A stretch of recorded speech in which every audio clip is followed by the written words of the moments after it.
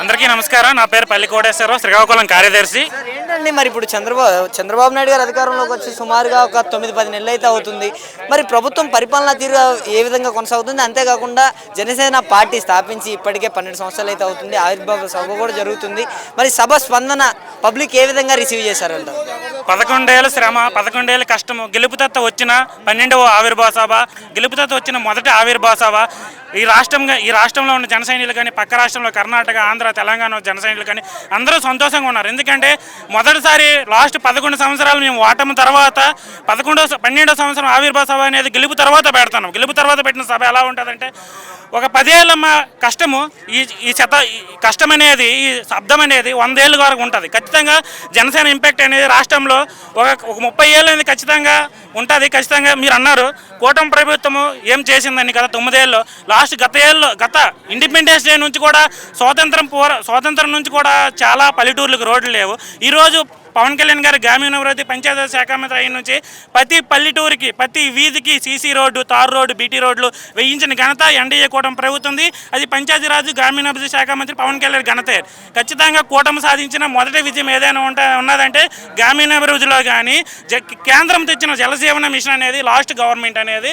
జగన్మోహన్ రెడ్డి ఎంత దౌర్భాగ్యుడు అంటే లాస్ట్ గవర్నమెంట్లో 2400 జలజీవన మిషన్ కోట్ల నిధులని వెనక్కి వెళ్ళిపోయినాయి. ఖచ్చితంగా వినియోగించలేక దానికి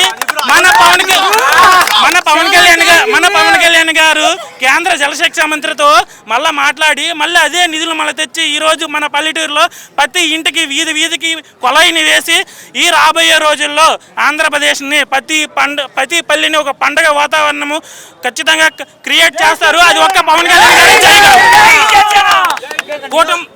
కూటమి ప్రభుత్వము ఇంకో కూటమి ప్రభుత్వం ఇంకో విజయం ఏదైనా ఉందంటే అది ఎడ్యుకేషన్, ఈ యువతకి ఎంప్లాయ్మెంట్. రాష్ట్రంలో గత 5 సంవత్సరాలకి జగన్మోహన్ రెడ్డి యువతని గంజాయిని, స్మగ్లింగ్, అరాచక పాలనకు అడ్డదారిగా ఈ వైసీపీ దిక్కుమాల నాయకులతో కేంద్ర బిందువుగా ఆడించిన వ్యక్తి.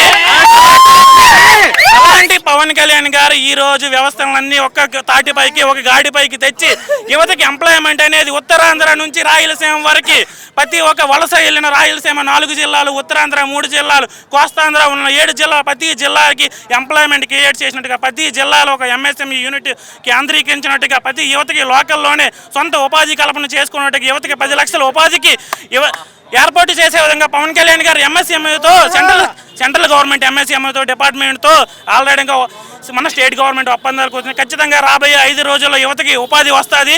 ప్రతి యువత తనే ఒక కంపెనీ పెట్టుకున్నట్టుగా 10 మందికి ఉపాధి ఏర్పరిచే విధంగా ఈ కూటమి ప్రభుత్వం అనేది ఖచ్చితంగా కృషి చేస్తుంది.